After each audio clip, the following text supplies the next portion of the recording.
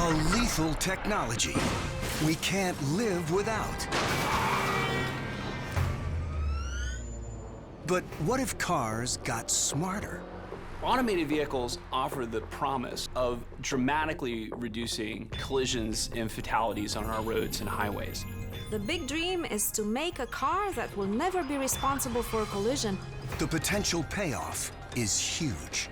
In the mid-2030s, the market could be worth a few trillion US dollars with a T in there.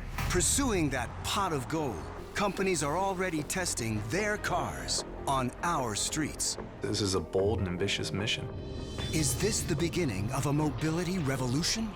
We're venturing into domains that 10 years ago would be deemed science fiction. Or are we simply moving too fast? The technologies are deeply flawed. It's just simply not ready for public consumption. Will we ever be safe with a robot behind the wheel? Look Who's Driving, right now on Nova.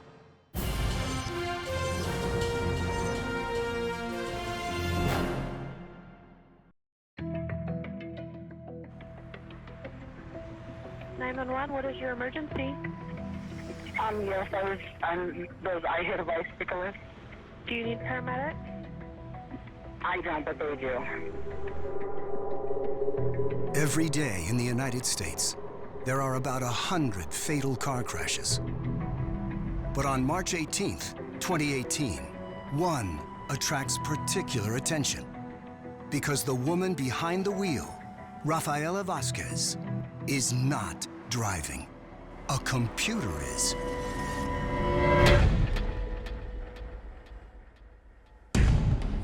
The crash puts a spotlight on a controversial new technology, the self-driving car. So what exactly happened? The car was in auto drive. All of a sudden, I didn't see it, and all of a sudden it was just there, but it just shot out in front, and then I think I hit him. The victim is 49-year-old Elaine Hertzberg. The car that kills her is being tested by Uber, the ride-hailing company. It's a modified Volvo equipped with Uber's self-driving technology. Test drives are permitted in Arizona as long as there's a safety driver to take over in case of trouble. But on this night, Uber's experiment badly fails. Elaine Hertzberg is the first person in history killed by a self-driving car.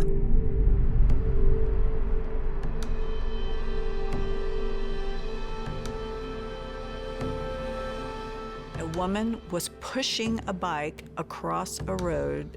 This is the sweet spot, in theory, where autonomy would be at its best, particularly compared to humans who have terrible vision at night.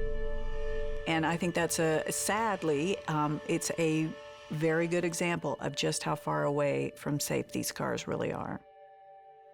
Now, the question I have for you guys is, do you guys have remote access to the cameras and stuff like that that are in there? Technically should.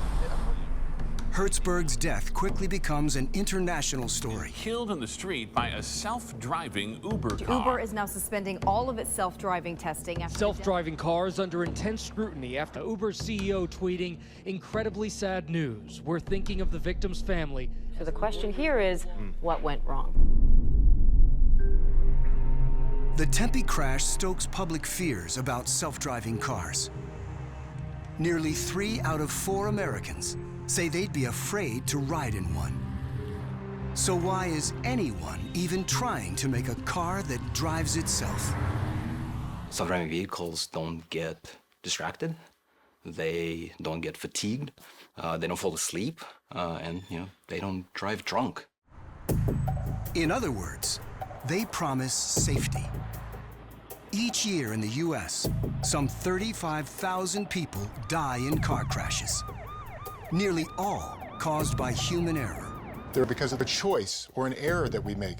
A choice to pick up the phone, drive drunk, drive drugged, drive distracted, drive drowsy. You're looking one direction when you should have been watching in the other direction. 94% of crashes. The hope is that computers will be able to do a better job. I really believe that with self-driving cars, we will eliminate road accidents if we get the technology right. Those cars will know everything about the road situation, the road condition, well before a human would. So that if there is somebody running around the corner about to jump in front of the car will know that and there will be no accidents. This is the dream. And that dream is about much more than safety. Proponents say self-driving cars could bring about the biggest changes in transportation since horses gave way to the automobile. Instead of having to own a car, people could simply summon one from a circulating fleet of robo-taxis, reducing the number of cars on the road, cutting pollution, and eliminating the need to have so many private cars sitting idle all day long. For people who can't drive, self-driving cars could also provide greater mobility. You can put your kid on an autonomous car and it will take him to school and problem solved. Some see a future where cars talk to each other, reducing traffic jams. Others are less sure. It could also lead to the nightmare scenario as well, where inexpensive mobility leads to dramatic consumption of mobility, congested freeways, unsustainable use of energy, and an acceleration of climate change and other issues that we're facing now. This is a disruption. I would call this mobility 2.0.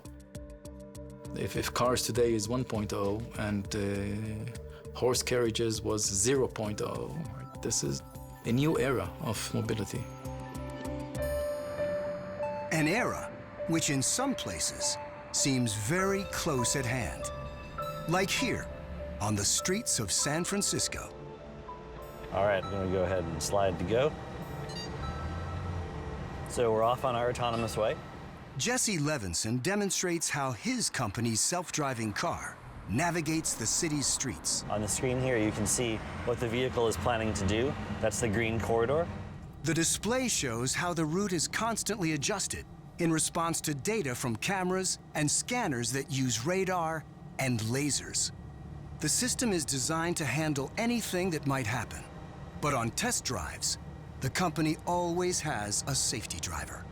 Here's a really interesting situation we're about to encounter is a 6-way unprotected intersection. This intersection is so complicated that I'm not sure I know how to drive it, but what we're doing here is we're gonna make a left turn. We're checking all the oncoming traffic. The car scans its surroundings to determine if its path is clear. We're also yielding for all these pedestrians in the crosswalk. The computer won't allow the car to proceed until it's safe. And literally tracking hundreds of dynamic agents at the same time. Now we've just made our way back. That was a 100% autonomous drive with absolutely no manual interventions. Pretty cool, huh? Test drives like this are impressive. But some warn it will be a long time before computers can consistently drive more safely than humans do. Because driving, though it may seem easy, is actually a very difficult task. Let me make the following bold assertion. Driving is the most complex activity that most adults on the planet engage in on a regular basis. When we drive, the vehicle is moving, the environment is changing on a continuing basis. All these pieces of information actually coming towards our senses, goes to the brain basically applies the rules of the road, and for the most part, we drive safely. Each of the 35,000 annual crash deaths in the US is tragic, but they're statistically rare. On average, there's only one for every 100 million miles of driving. That translates into 3.4 million hours of driving. 3.4 million hours is 390 years of continuous 24 hours a day, 7 days a week driving in between fatal crashes.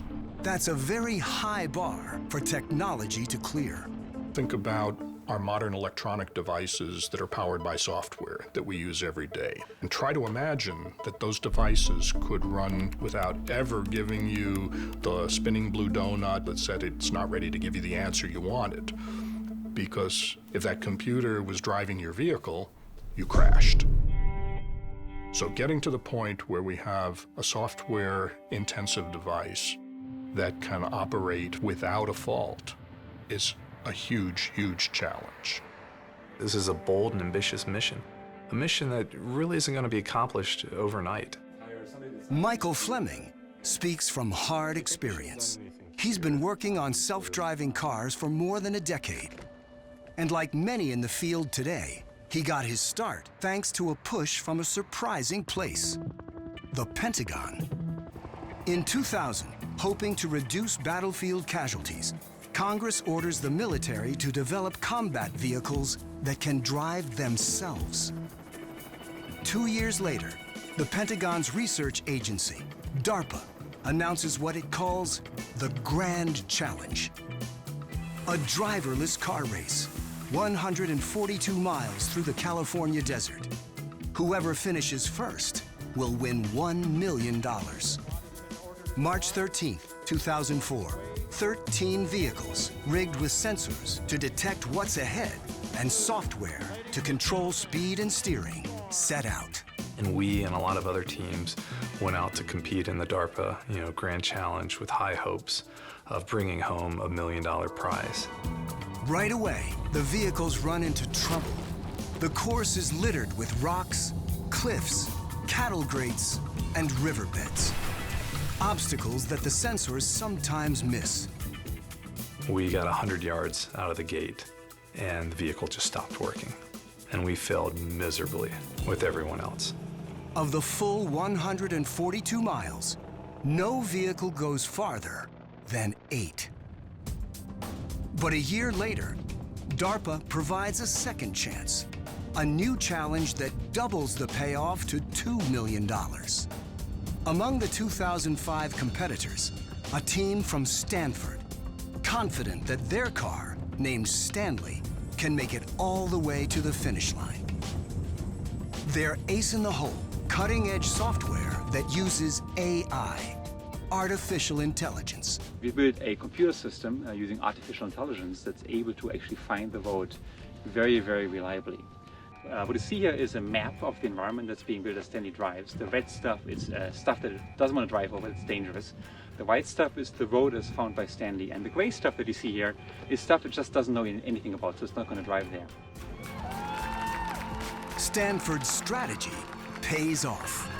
Stanley is the first to cross the finish line.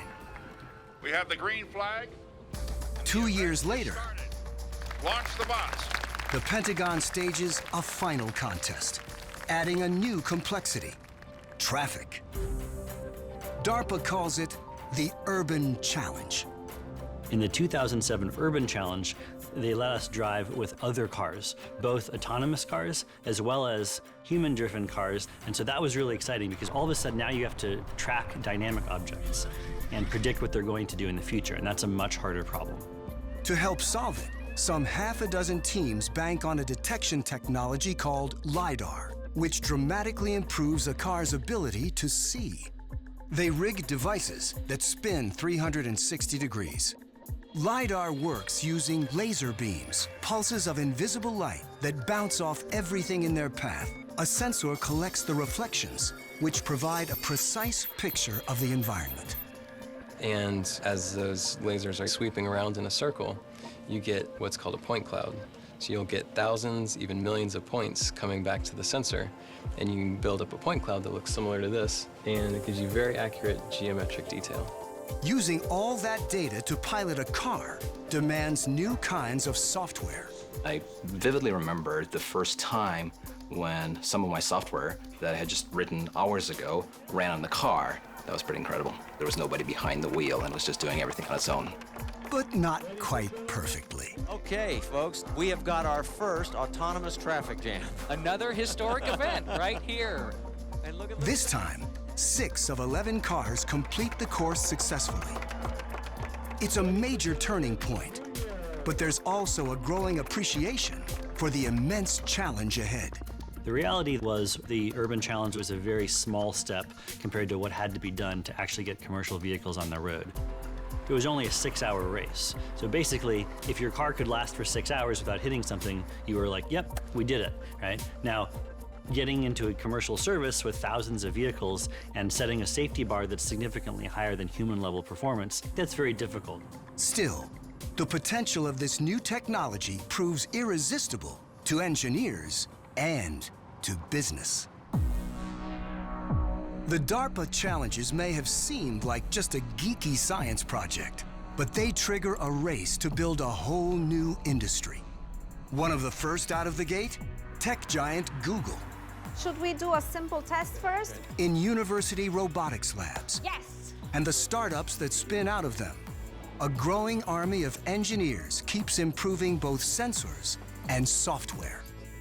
The big car manufacturers take notice, and they too enter the fray. Well, hello, ladies and gentlemen, and welcome to CES. They're betting that driverless cars are about to become a huge global business. The autonomous vehicle market is supposed to be an enormous market in the future. Estimates say that in the mid-2030s, the market could be worth a few trillion US dollars with a T in there.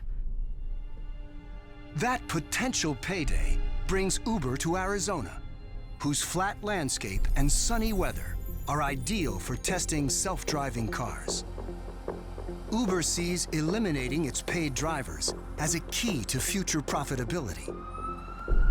But the March 2018 crash in Tempe casts a dark shadow on the future of self-driving cars. Uber suspends all testing on public roads. The National Transportation Safety Board launches an investigation. Why did neither the computer system nor the safety driver stop the car? The Uber crash in Tempe wasn't really about the maturity of the technology. We all knew the self-driving car technology wasn't ready to deploy. That's why they were doing testing. The significance of the Uber crash was that the human safety driver failed to prevent the crash. In the months after the crash, the NTSB and Tempe police released new details about what happened that night. The interior camera reveals that Rafaela Vasquez is not watching the road for nearly 7 of the 22 minutes before the crash, including about 5 of the last 6 seconds.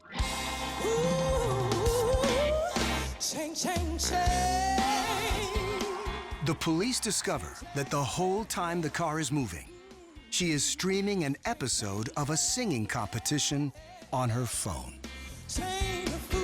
Vasquez denies watching the video or even looking at her phone.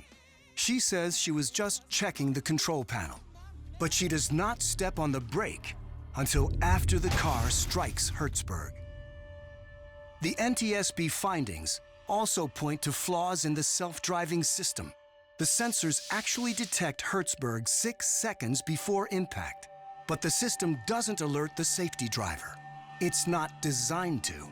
So even though their sensors had detected this target, there was a potentially hazardous situation, they made the decision to not give any of that information to the test driver. I can't imagine why. And the computer doesn't decide emergency braking is needed until 1.3 seconds before impact. But even then, the car doesn't brake because Uber has disabled the Volvo's factory-installed emergency braking system. Uber wants to avoid jerky rides caused by unnecessary braking for harmless objects. So the net result of that is they took a safe production vehicle and turned it into an unsafe prototype that caused the pedestrian to be killed. Uber tells the NTSB that it's the safety driver's job to correct any mistakes made by the self-driving system. Now, while many people look at the safety driver in that vehicle as perhaps the villain, the real issue is the system that safety driver was put into. They were put into a system ripe for failure, where the expectations of failure were far lower than the actual probabilities. Perhaps because the computer scientists and the engineers building these systems don't all appreciate the complexities that human behavior brings to the system. Uber declined to participate in this film. But even before Tempe, there were signs that drivers and automation don't always work together very well. Automotive engineers classify automation into levels from 0 to 5. Fully automated cars, the ones driven by computers, are levels 3, 4, and 5. Uber was testing its car as a level 4 prototype. At the lower levels, humans drive. In level 0 cars, they handle everything. Level 1 and 2 cars assist drivers by regulating speed or keeping the car in its lane, or even both. They're partially automated. Partial automation is the foundation for full automation. And how we respond and adapt to automation at the lower levels gives us our window into the future. Millions of level 1 and 2 cars are on the road today. Insurance data suggest that they are less likely to crash because most of them automatically brake the car to avoid collisions. And indeed, it appears these systems are making people better drivers, because think of it as an extra set of eyes and ears beyond your own eyes and ears. So you get that additional vigilance from the sensor systems that may detect things that you missed. But the added confidence provided by partial automation also poses an unforeseen risk. The Volvo is clearly using pilot assist a lot. It's great, keeping her hands on the wheel, paying attention to what's going on in front of her. A research team at MIT is gathering data on how people use partial automation. Seem to use Autopilot a lot. Yeah, he's been using it a little bit more than everyone else, actually. The cars we're studying today can automatically steer, accelerate, and brake in ways that were not available in production vehicles 20 years ago. So I think the ultimate question is, how does attention change over time as we use these cars over months and years? And that's very hard of the question we're hoping to understand more. Kathy Urquhart was given a Volvo S90 to test drive. It's equipped with several automated features, including one for steering that keeps the car in its lane. The first day I was nervous, of course. It's new technology, and I think it's the same when you're driving any new car. You have to get used to it. But I liked the lane monitor to keep you in the lane. It wasn't too obtrusive with the car just kind of pulling you over, the wheel pulling you to one side. It was good. I liked that. When the Volvo's steering assistance is on, Kathy could briefly take her hands off the wheel, but she doesn't. I'm not somebody that takes my hands off the steering wheel. I like to have control. I like to hold on to the steering wheel. But there are others in the MIT study, like Taylor Ogan, who are much more trusting of automation. He owns a Tesla equipped with software called Autopilot.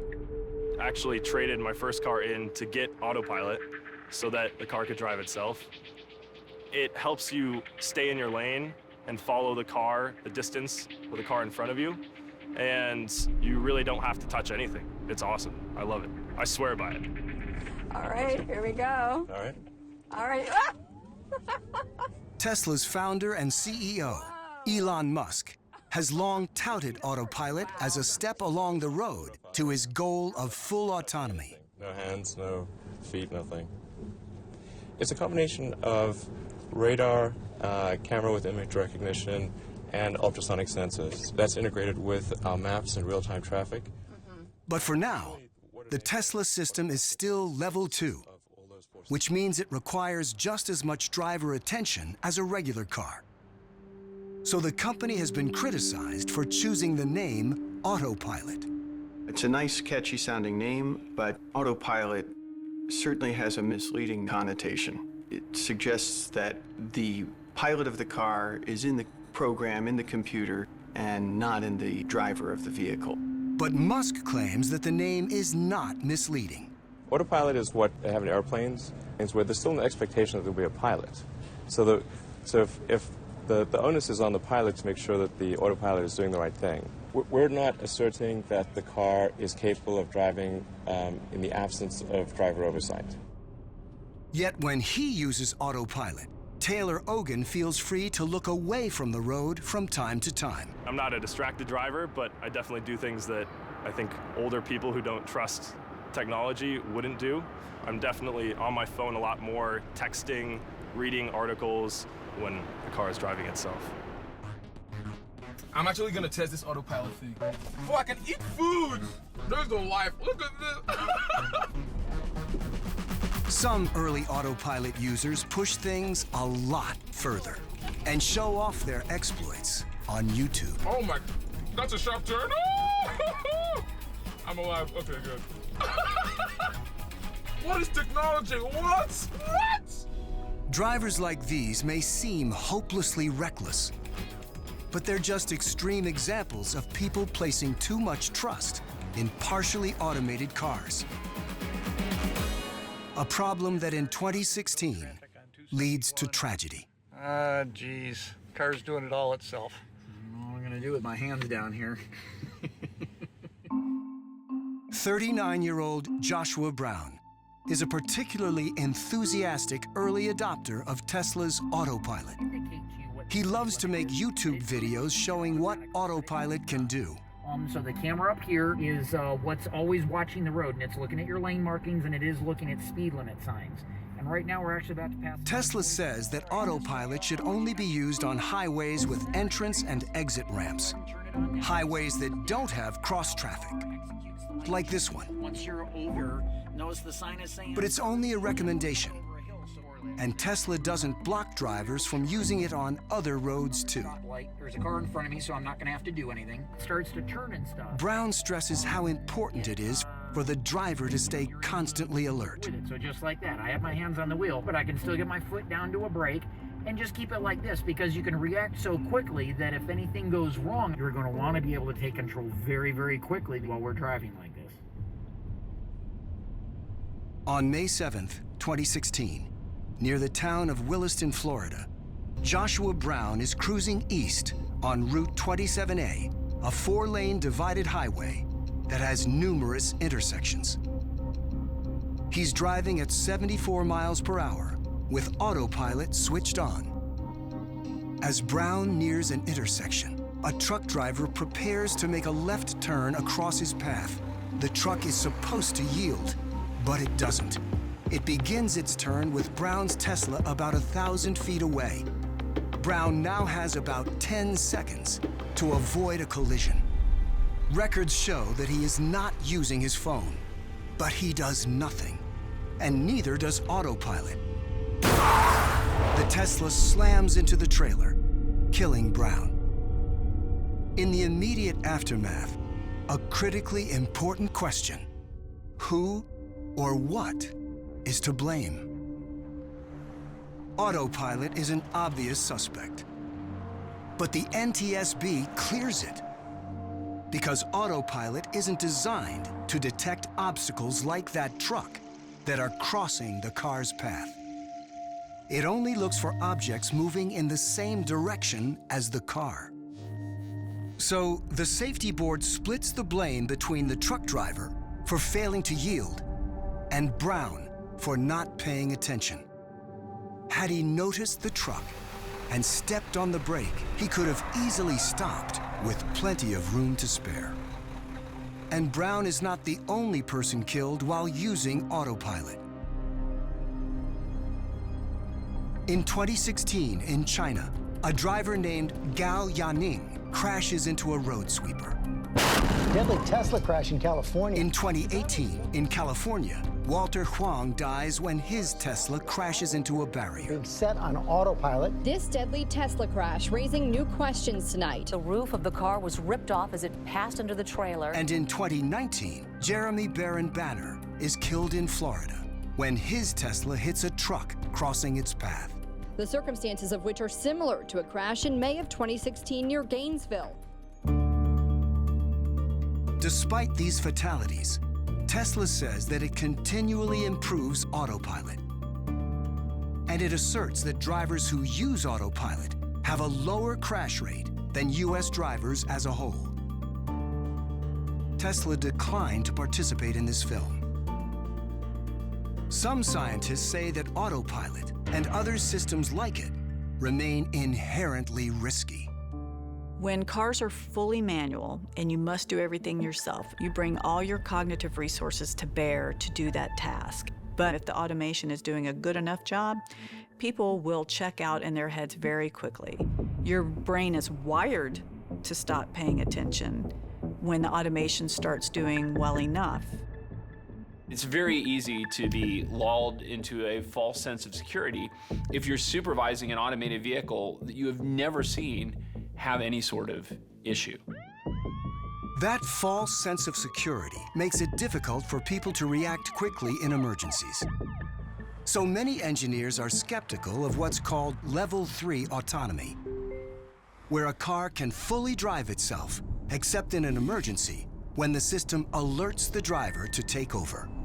If the vehicle all of a sudden can say, oh wait, I don't actually know what I'm doing, you better take over, I'm not at all convinced that that can be done in a way that's actually safe. That's one of the reasons why we're making the leap all the way to level 4 and 5 driving, which is to say that as a passenger in our vehicle, you have no legal or other responsibility for driving or keeping the vehicle safe. Level 4 and 5 cars, which are fully autonomous, are designed to safely handle any driving situation, even emergencies, with no human intervention at all. The only difference, Level 4s could operate only on some roads at certain times. Level 5s, anytime, anywhere. You can go to sleep or sit in the back seat because there's no takeover request. The car can manage all the situations, and in case something goes wrong, it still has enough redundancies to safely stop, so it doesn't need the driver to engage. But achieving that goal of fully driverless cars will require the people developing them to overcome all kinds of obstacles. We've never done this before. We've done some things like it. We've increased safety in aviation tremendously. We've automated different kinds of transportation modes and activities beautifully, but we've never done this.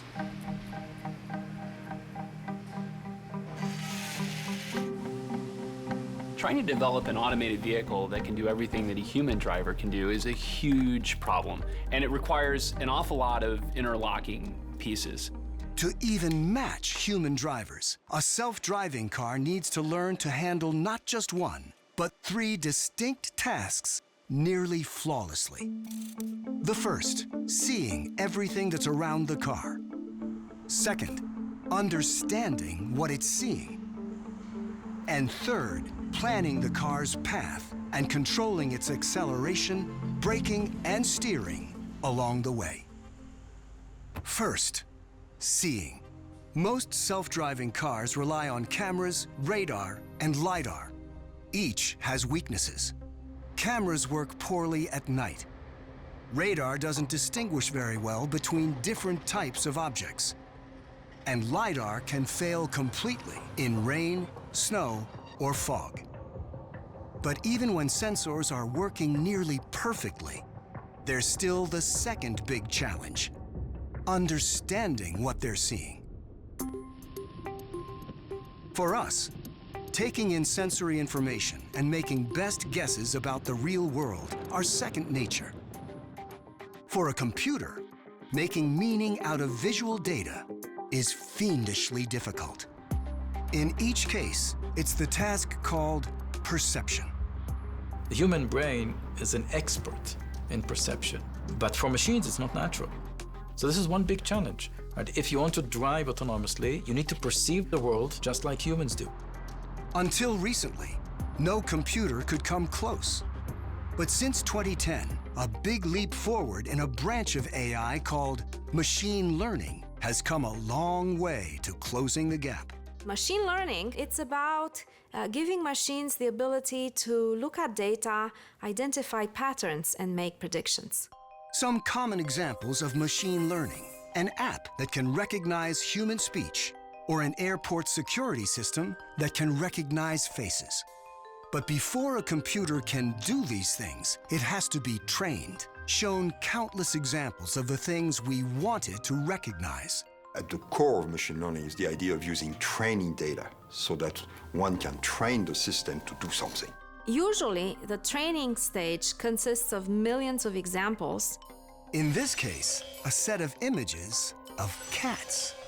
The computer will find the similarities among them that will help it generalize and be able to recognize any cat like we do. It also requires a great breadth of examples, because the performance of the network will be only as good as the data used to train it.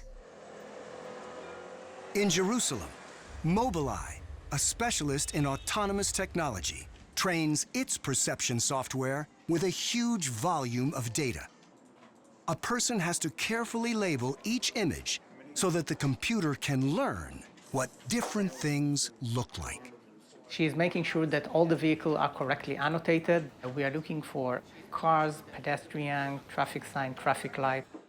Once the software masters the set of training images, it's ready to tackle the data from a real drive, a stream of pixels coming in from the car's cameras.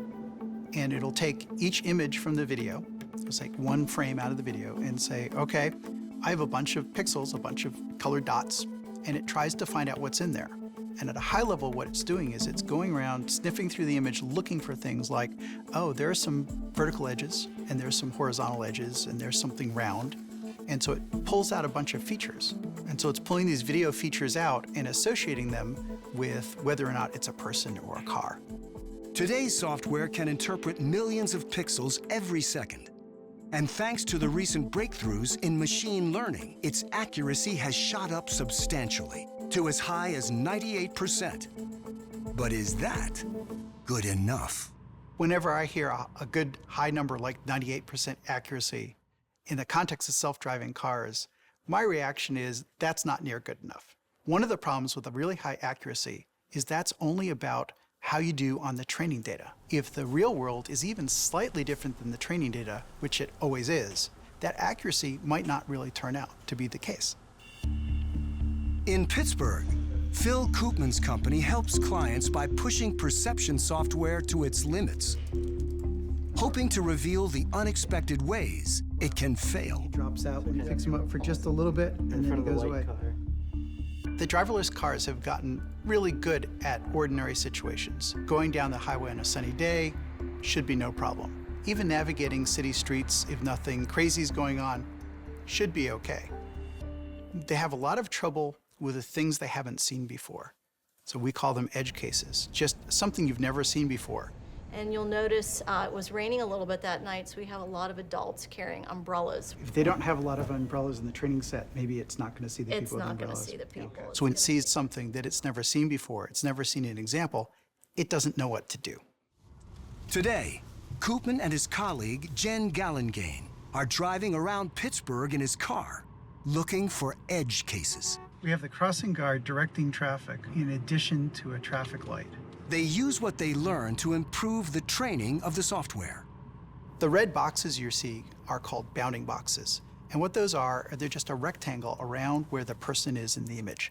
And so the idea is this is where the computer thinks a pedestrian is. When you see those bounding boxes disappear, it means that the computer has lost track of where the person is. In other words, if there's no red box, it doesn't see the person. Because I don't think it saw him hardly at all until we were almost on top of him. And there are many common variations in the ways that people and things look that can prevent a computer from making the correct ID. A delivery man wearing a turban is holding a food tray next to his head, forming shapes that differ from the typical training images of a person's head. Got the food tray right there. Those unusual shapes make the delivery man an edge case. So when the red box is there, it sees him, and there he is looking right at me. He's right in front of my car. It doesn't see him. You can look at the picture, and you say, there's a person there, and the perception system says, nope, there's no person there, and that's a problem. But many engineers say that a botched identification can be overcome as long as some of the car's sensors detect that something is there. So we use sensors like radar and LiDAR to directly measure where everything is around us. And that's really important because even if a machine learning system can't classify exactly what type of object something is, we still know there's something there, we know how fast it's moving, and so we can make sure that we don't hit it. Even if the car can see and make sense of its surroundings with unmatched perfection, it could still be a lethal hazard if it fails to handle its third crucial task: planning. Yet another daunting challenge. because the planning software has to anticipate what's likely to happen, then plot the car's pathway and speed, ready to change both in a split second if the sensors spot trouble. Just like the car's perception software, its planning software also needs to be trained.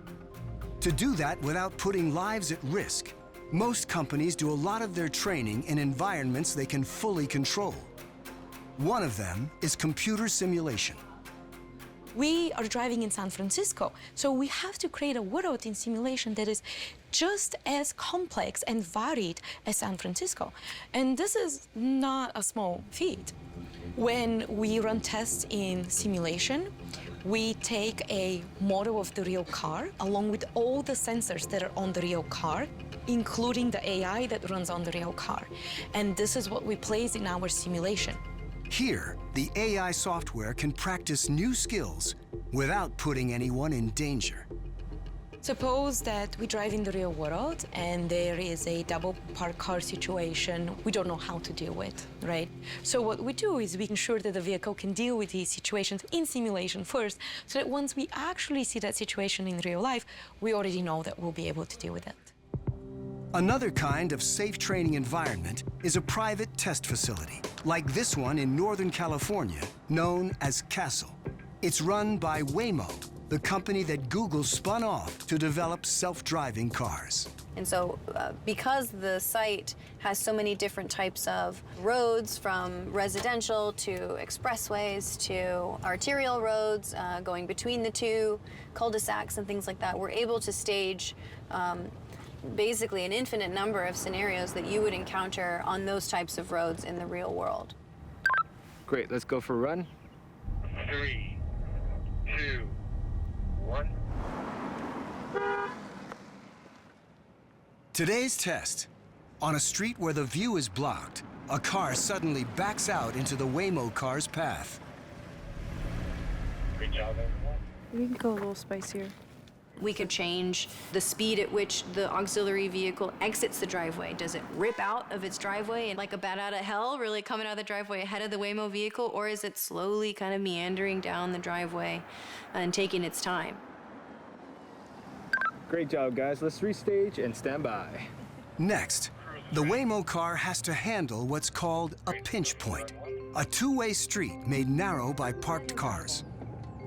Waymo rolling. You encounter this really often on public roads. Two oncoming vehicles have to negotiate who will assume the right of way and who will have to yield.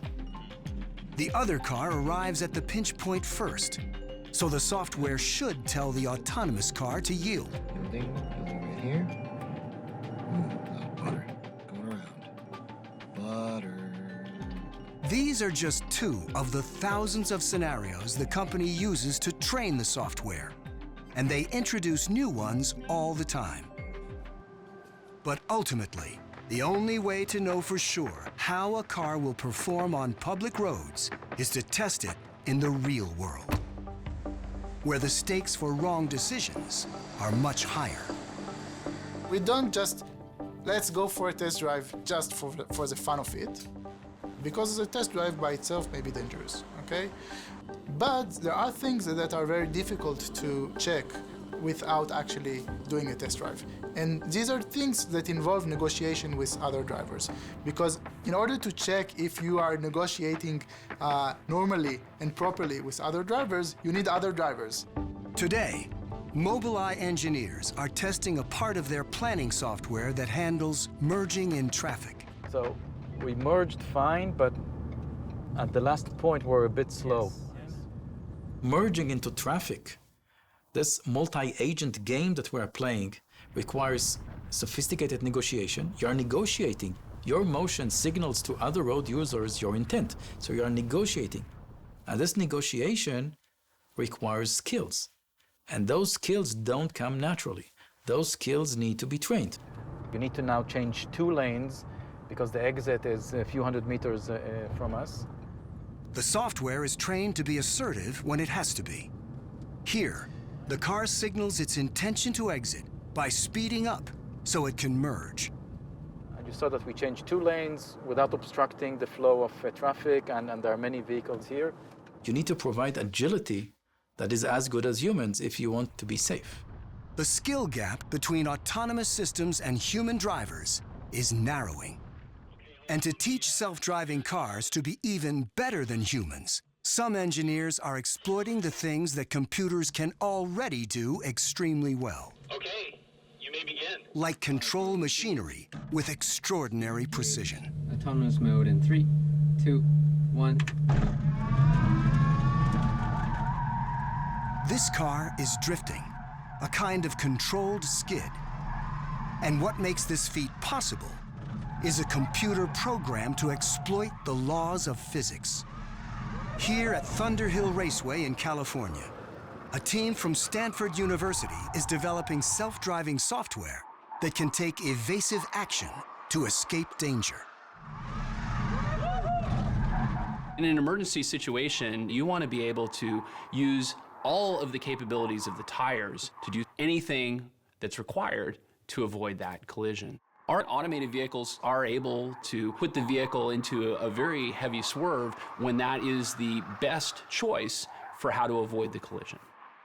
The Stanford team applies what they've learned from the undisputed masters of pushing car performance to the limit, race car drivers. Race car drivers are always pushing up to the limits, but they're trying to avoid accidents when they do that. So for instance, race car drivers are trying to use all the friction between the tire and the road to be fast. We want to use all the friction between the tire and the road to be safe. While it might take a race car driver years to perfect skills like these, once the software masters them, a download could pass them on to a whole fleet of cars in just minutes. We feel this is a fundamental building block of any type of automated vehicle that you would want to develop. The vehicle should be able to use all of its capabilities to move out of harm's way. You guys rock. So despite all the obstacles, many engineers think they're closing in on the prize. Self-driving cars safe enough to trust. Cars that could proliferate very rapidly. If and when that happens, they will share the road with human drivers. How will that work? Will we all get along? In Michael Fleming's test drives around the country, he sees a clash brewing. His company's autonomous car is named Asimov, after Isaac Asimov, famed for his science fiction books on robots. Asimov has a clear-cut rulebook and is very consistent, but oftentimes when we drive safely and follow the letter of the law, we get honked at. And do you know who we get honked at by? The aggressive drivers, the rule breakers. Fleming and his team analyze the data from the car's strange encounters and use it to improve their software. Whether it's a careless pedestrian, This lady just steps out in the middle of the road, and if you notice, she doesn't even turn her head. or a wrong-way car. We were driving down a one-way street with multiple lanes, and we see this white truck driving the wrong way down a one-way road. So clearly we have a rule breaker here, doing something that they shouldn't do. You know, the development of self-driving technology would be pretty simple if everyone just followed the rules of the road, if everyone came to a stop at a stop sign, if everyone used crosswalks. But the reality is they don't. They break rules all the time. Conflicts between rule-bound automated cars and impatient humans are just one potential problem. If robo-taxi services become very cheap, might traffic actually increase and pollution grow worse? How many people who now earn their living from driving might lose their jobs? If millions of cars are electronically connected, what risks might that pose to our privacy and our security? Finally, an ethical question. Are we willing to accept self-driving cars that kill some people as long as they kill fewer people than human drivers do? Despite these looming questions, proponents say self-driving cars could make transportation both easier and safer. I think new technology offers the biggest safety tool that we've had in 100 years. That's the cultural transformation that's coming. But it is far from certain that driverless cars will ever deliver on that promise. I think it is hubris to believe that driving is such a simple task that since there's so much more automation in the world, how hard could this be? I'm a big fan of where we're going with this technology, but I also work on a day-to-day basis with this technology, and it's just simply not ready for public consumption to any verifiable degree of safety. I think that we, as developers in the industry, need to earn the public's trust and not the other way around. I think we need to be able to demonstrate why our system is in fact safer than human drivers. If self-driving cars eventually do win public trust, their adoption may be less of a revolution than a slow evolution. In my opinion, the safe solutions today work at low speeds, in low complexity environments.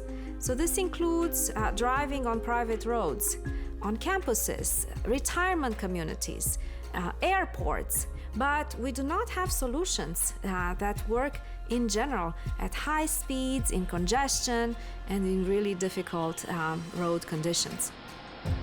Having a fully autonomous vehicle, being able to take you anywhere, anytime, is very, very far in the future.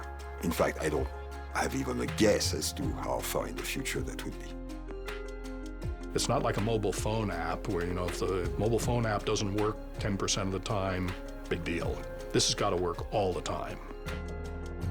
There's a pot of gold out there at the end of the rainbow for those who can actually get this to work. Now the challenge is how to get it to work safely.